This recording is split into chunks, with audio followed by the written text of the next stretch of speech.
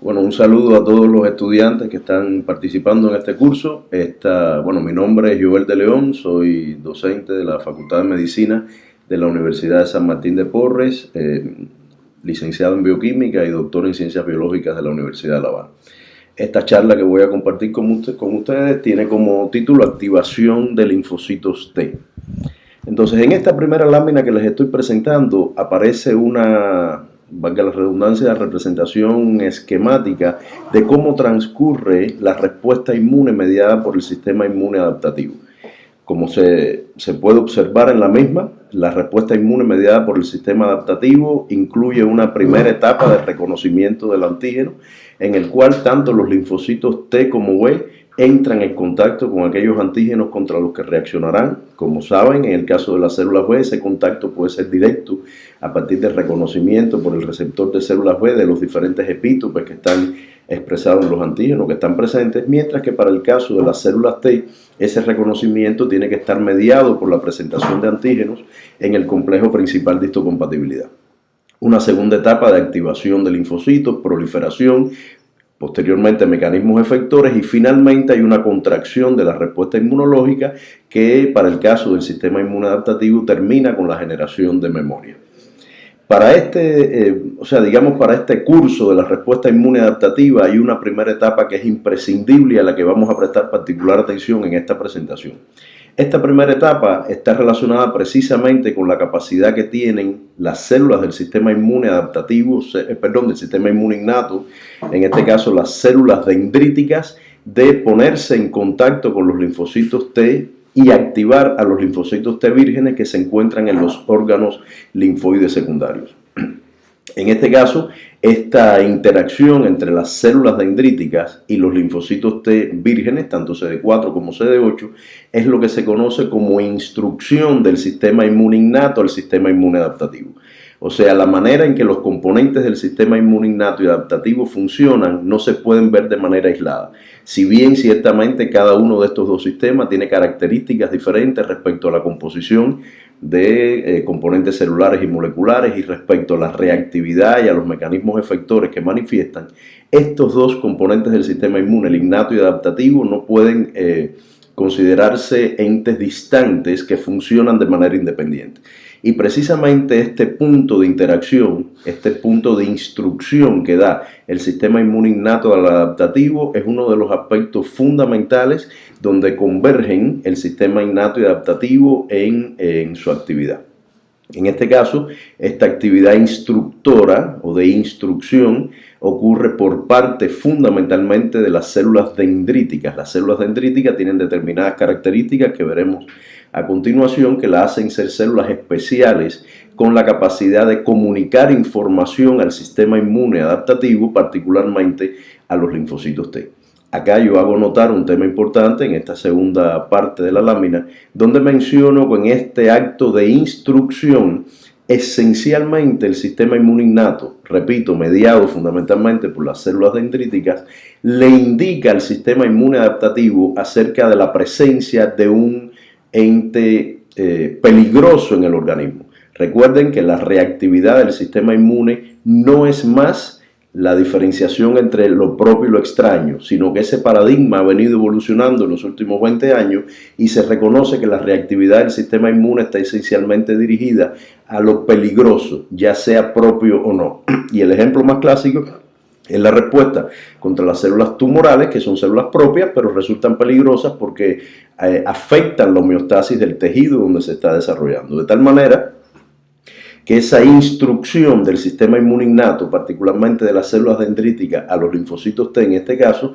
en esencia lo que hace es indicar al linfocito T que debe reaccionar contra un ente peligroso y debe participar en la restauración del tejido, de la homeostasis, del tejido, donde ese ente peligroso, sea un microbio, sea una célula neoplásica, lo que fuera, está presente. Esa teoría en el cual el sistema inmune discrimina entre lo inocuo y lo peligroso, fue postulada en los años 90 por una investigadora norteamericana, Polly Massinger, y se conoce como la teoría del peligro.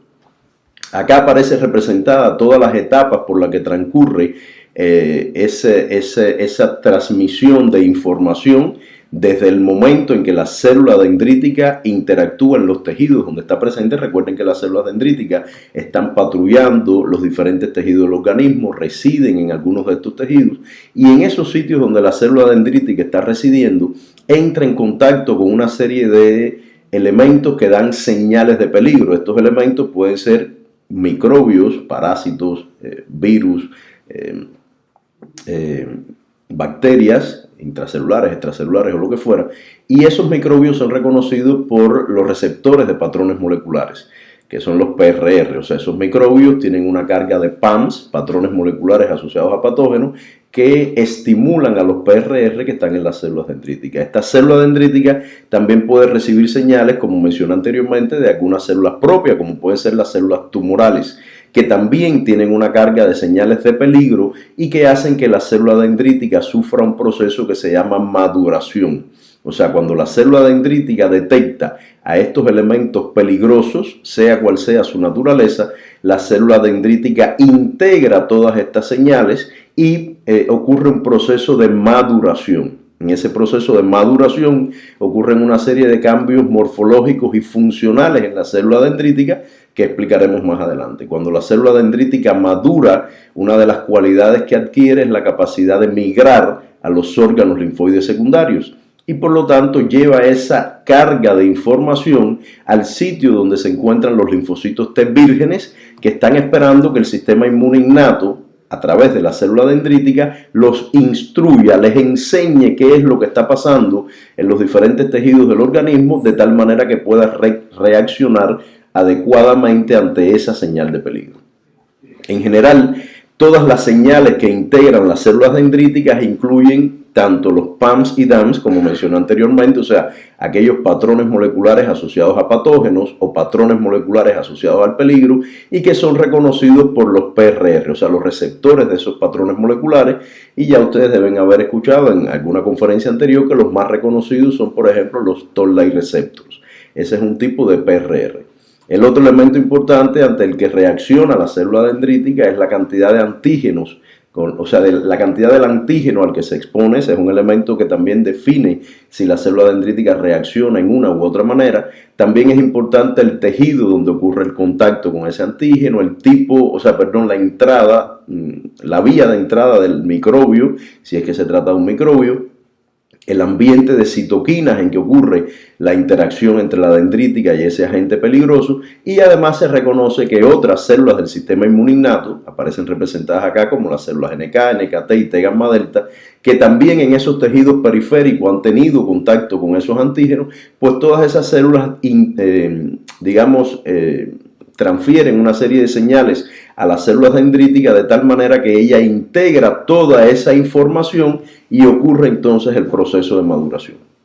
Es importante hacer notar un elemento importante que no mencioné anteriormente. Cuando se habla de que la célula dendrítica es capaz de pasar toda esa información al sistema inmune adaptativo, particularmente a los linfocitos T, de alguna manera la célula dendrítica lo que está mostrando al linfocitos T son aquellos elementos que han sido catalogados como peligrosos por la evolución de nuestra especie. O sea, cuando nuestra especie ha evolucionado, con ella han coevolucionado una serie de agentes patogénicos, microbios diversos, y por lo tanto el sistema inmune innato, si bien no tiene una memoria de individuo, o sea, las células del sistema inmune innato no generan una memoria cuando reaccionan a lo largo de la vida del individuo, sí tienen una especie de memoria evolutiva. Y esa memoria evolutiva esencialmente es aquella que le hace saber al sistema inmune qué cosa es peligroso para nuestra especie. De tal manera que esa célula dendrítica, cuando integra toda esa información, lo que hace es, como si fuera una computadora, hacer una evaluación de cuán peligroso para nuestra especie es ese agente con el que se está enfrentando el sistema inmune, y transfiere la información al sistema adaptativo. Le dice al linfocito T: óyeme, la evolución nos enseñó que esto a lo que nos estamos enfrentando es peligroso, te pido que reacciones. Y lleva toda esa carga de información, entonces la transfiere al linfocito T en el órgano linfoide secundario. Les decía que el tema de maduración de la célula dendrítica es fundamental. O sea, el hecho de que la célula dendrítica, cuando interactúa con estos agentes peligrosos, con toda esa carga de PAMs y DAMs, pues se producen una serie de modificaciones morfológicas y funcionales en la célula dendrítica, que es lo que se llama maduración, ¿correcto? Esa maduración incluye, como mencioné, cambios morfológicos. En este gráfico, en este dibujo está muy bien ilustrado. Si ustedes se fijan, la célula dendrítica cambia sustancialmente tanto en tamaño como forma. Se expresan las dendritas que le dan su nombre, o sea, aumenta la cantidad de dendritas. ¿Por qué? Porque eso es importante para que aumente el área de posible contacto con los linfocitos T.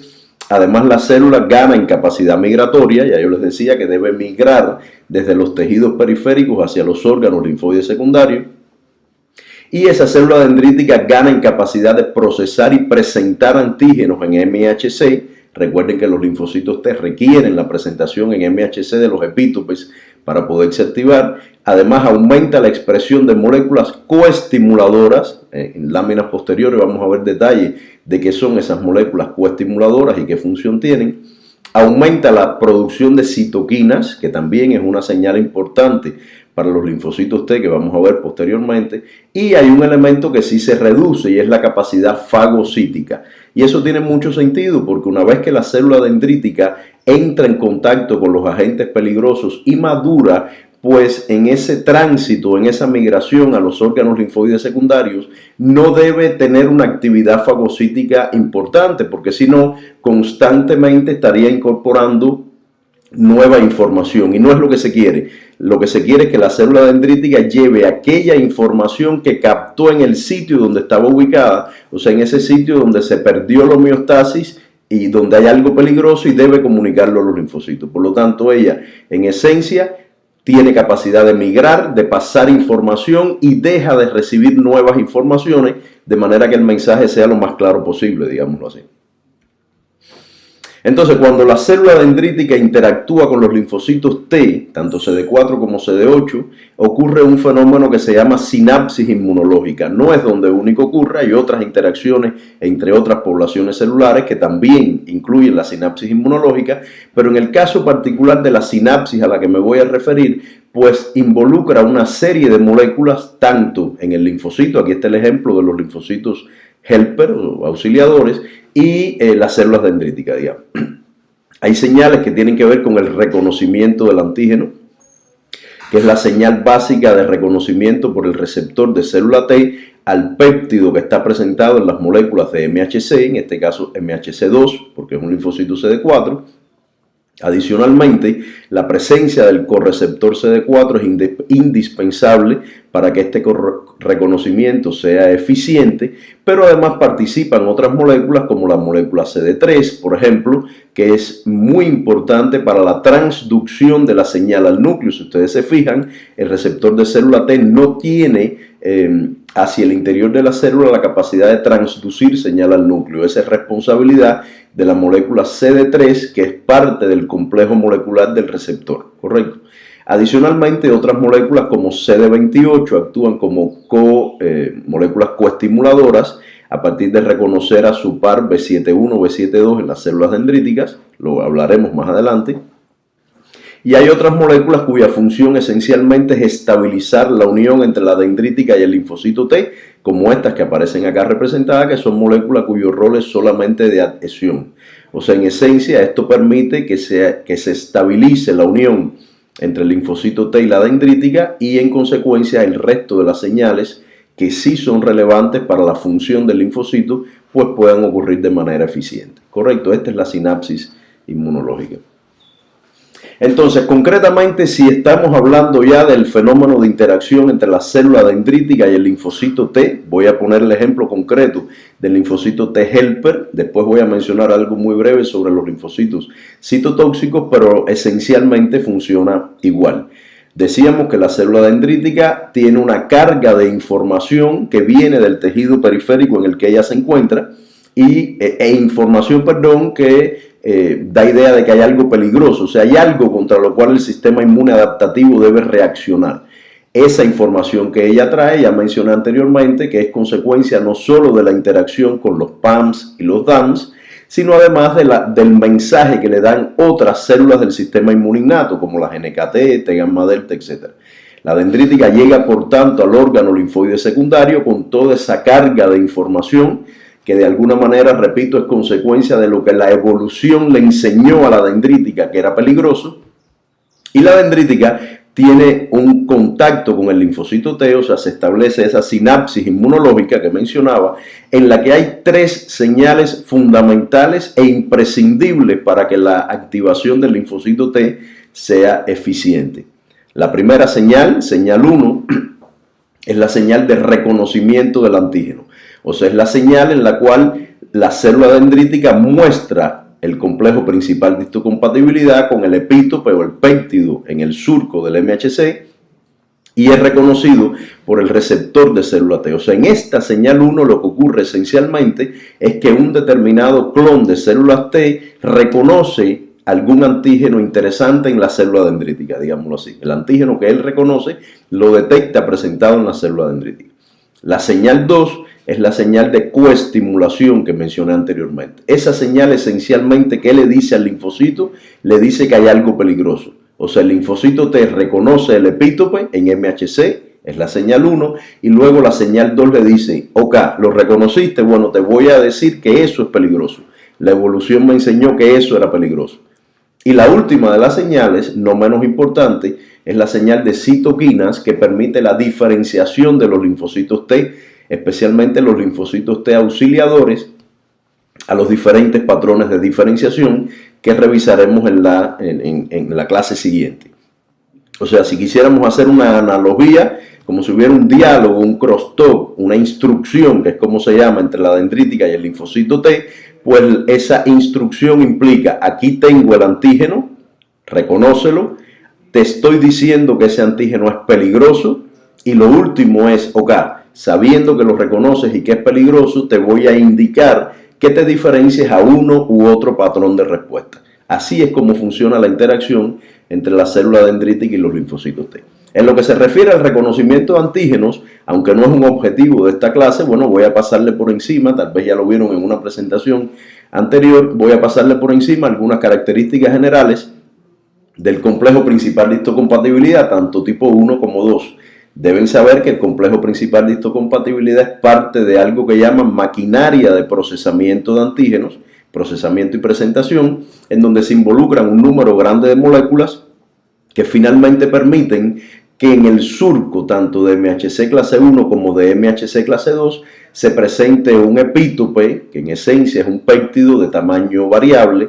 Para el caso de MHC1 es un péptido pequeño entre 8 y 11 aminoácidos, en el caso de MHC2 es un péptido más grande de 12 a 16 aminoácidos y se presenta, repito, en el surco que va a ser reconocido por el receptor de célula T.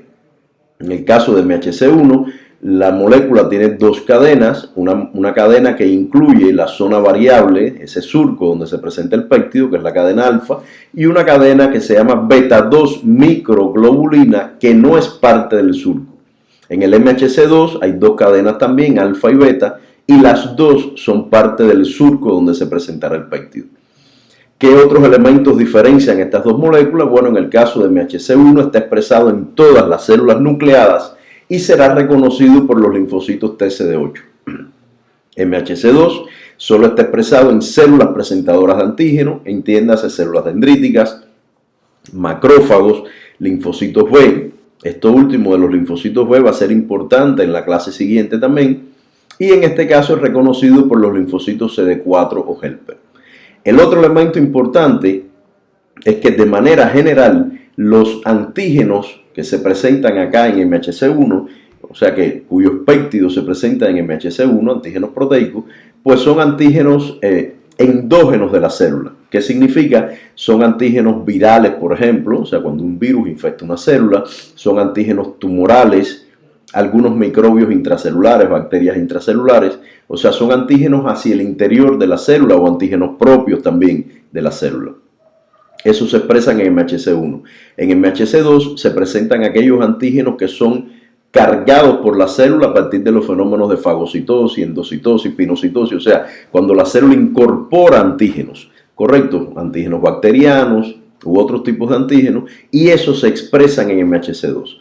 Ya verán que hay un fenómeno que estudiaremos un poquito más adelante que tiene que ver con entender un poco cómo funciona esta presentación de antígenos para el caso de la respuesta antitumoral o la respuesta virus, por ejemplo. Bueno, resumiendo, este es un esquema muy simple de cómo transcurre el procesamiento antigénico para MHC clase 1, o sea, los antígenos son citosólicos, están al interior de la célula, son procesados por los proteasomas y una serie de proteínas participan en llevar ese antígeno, ese epítope, perdón, o sea, ya que después de ser procesado no es un antígeno entero, es un epítope peptídico que se presenta en la molécula MHC clase 1 y bueno, es expuesto para ser reconocido por los linfocitos CD8. En el caso del CD4, como mencioné, los antígenos son incorporados desde el exterior de la célula y luego se incorporan al retículo endoplasmático donde está la molécula de MHC2 y finalmente se presenta en la membrana para ser reconocido por los linfocitos CD4. Aquí aparece muy bien representado el MHC1 y 2 y como ustedes pueden notar, como mencionaba antes, los péptidos que están en el surco de MHC1 son más cortos, es este rojito que está acá, que los que están en MHC clase 2. ¿Está bien? Ahora, hay una cosa importante. Cuando la célula procesa un antígeno proteico, ya bien sea un antígeno que está al interior de la célula o un antígeno que es incorporado desde el exterior, ese antígeno, aunque es degradado por la maquinaria de procesamiento antigénico, genera epítopes que no son presentados en MHC. O sea, no todos los epítopes que se generan a partir del procesamiento de un antígeno tienen igual probabilidad de ser presentados. Solo se presentan en MHC aquellos epítopes que se reconocen como dominantes. O sea, en una proteína, cuando es procesada, en dependencia de las características de la maquinaria de procesamiento antigénico de cada individuo y sobre todo del haplotipo de HLA, pues cada individuo presentará péptidos o epítopes diferentes. Esos que se presentan son los dominantes. El resto son llamados crípticos y el sistema inmune adaptativo no los ve. O sea, como mencioné anteriormente, la dominancia de un epítope depende del haplotipo de MHC que cada individuo posee. Correcto.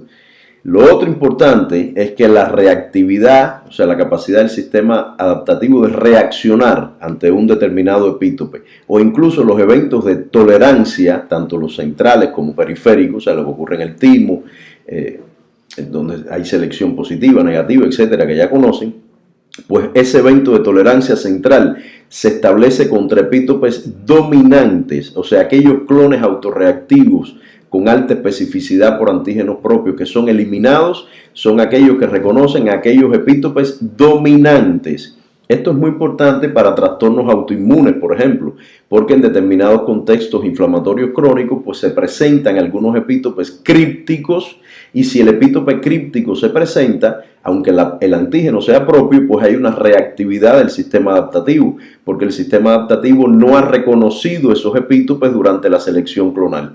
O sea, para el sistema adaptativo esos epítopes crípticos resultan ser nuevos, nunca se ha enfrentado a ellos, porque solamente la tolerancia se establece contra los epítopes dominantes. Y el otro elemento, y ya con esto termino la parte de presentación antigénica, o sea, la primera etapa relacionada con la activación de los linfocitos, pues, bueno, me voy a referir a un fenómeno importante que es la presentación cruzada de antígenos. ¿A qué me refiero? Imagínense que una célula, por ejemplo, una célula dendrítica detecta una infección viral en una célula renal, no sé. Entonces la célula dendrítica captura los antígenos que porta esa célula renal, incluyendo los antígenos del virus, por supuesto, y los traslada al órgano linfoide secundario. Como esos antígenos son capturados por la dendrítica, por un proceso de fagocitosis, si nos guiamos esencialmente por lo que dice la norma, digamos, de que al ser capturados desde fuera, son exógenos, pues resultan ser presentados en MHC2 y activar CD4. Si fuera rigurosamente así, entonces los linfocitos CD8 nunca se activarían contra un antígeno viral que estuviera en una célula diferente de la dendrítica. Correcto, porque la dendrítica solo presentaría esos antígenos virales en MHC2. Lo mismo pasaría con un tumor. Si una célula dendrítica captura antígenos tumorales, entonces nunca estimularía el linfocito CD8 porque solo los presentaría en MHC2 a la célula CD4. Hace aproximadamente 20 años se demostró que esa norma no se cumple siempre, sino que hay un fenómeno que se llama presentación cruzada, de tal manera que la célula dendrítica, cuando captura aquellos antígenos que vienen de una célula infectada con un virus o de una célula tumoral, presenta parte de los antígenos no solo en MHC2, sino también en MHC1. O sea, hay un cruce en la presentación, por eso se llama presentación cruzada o cross-priming.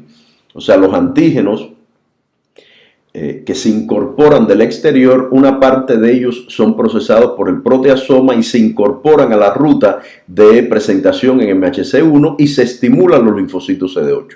O sea, de esta manera es que es posible que exista respuesta citotóxica mediada por células CD8 contra células infectadas por virus y también contra células tumorales.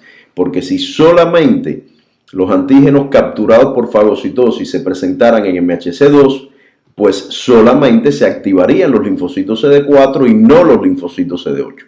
¿Está bien? Así que la presentación cruzada es un mecanismo de presentación muy importante para que haya una respuesta efectiva del sistema inmune, una respuesta citotóxica del sistema adaptativo contra células infectadas por virus y células tumorales.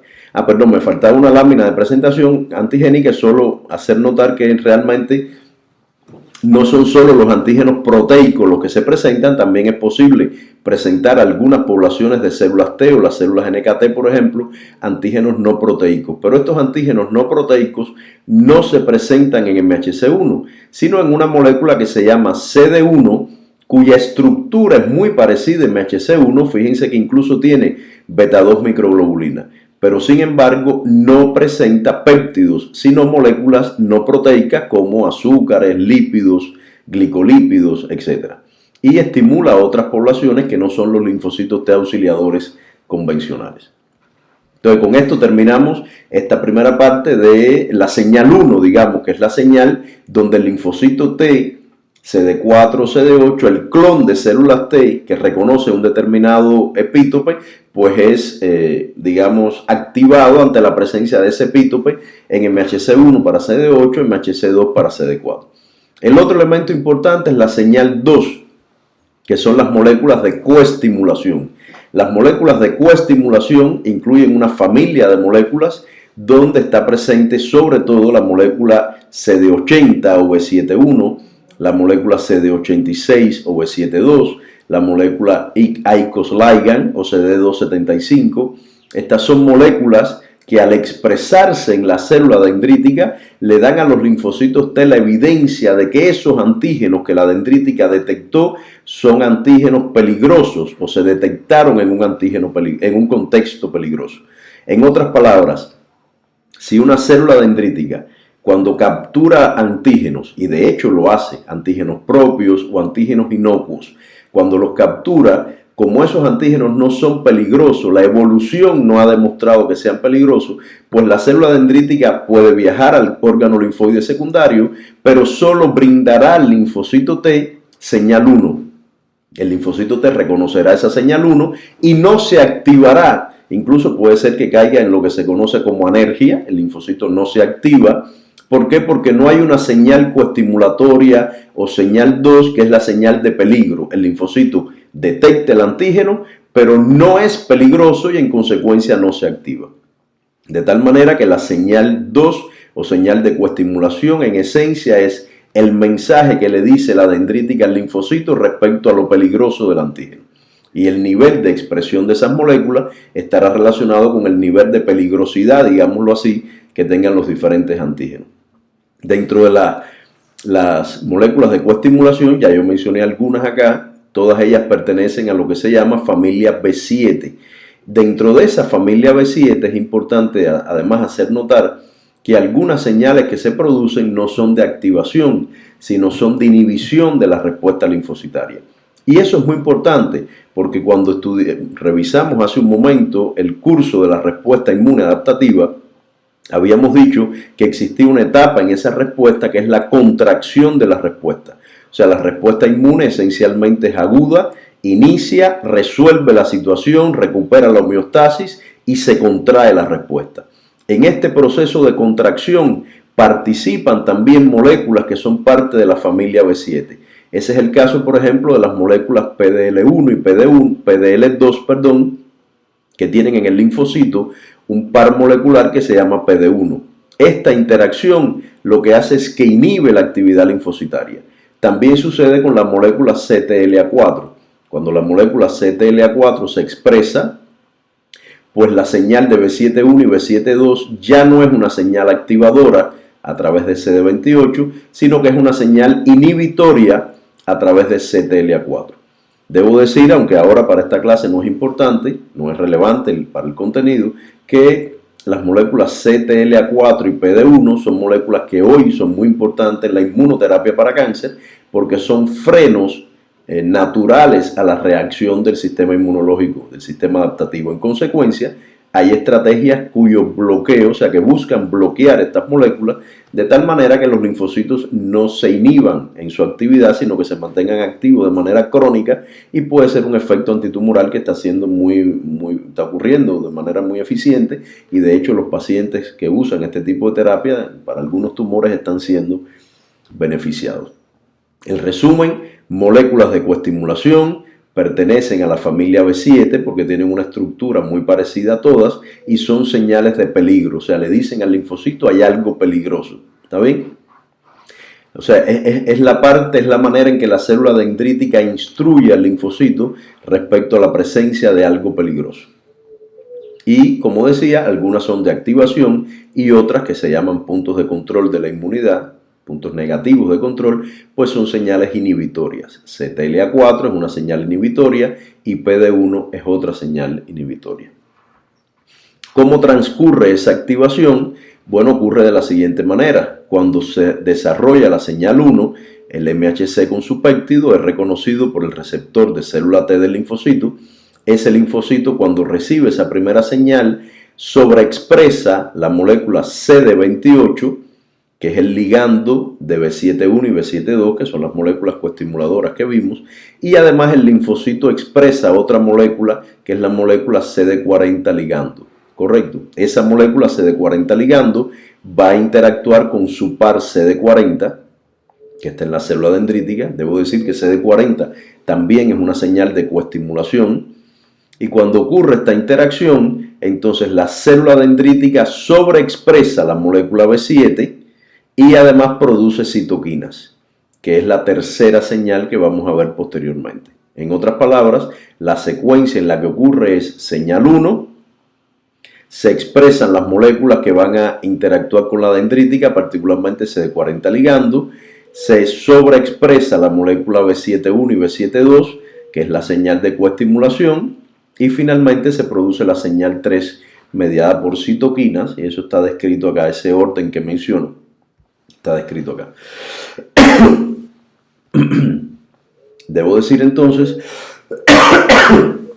perdón, que cuando ocurre esa señal, o sea, esa integración de la señal 1 y de la señal de coestimulación, en el linfocito T se activan una serie de cascadas de señalización a través de la ruta PI3KKT y también de la ruta de las MAP quinasas.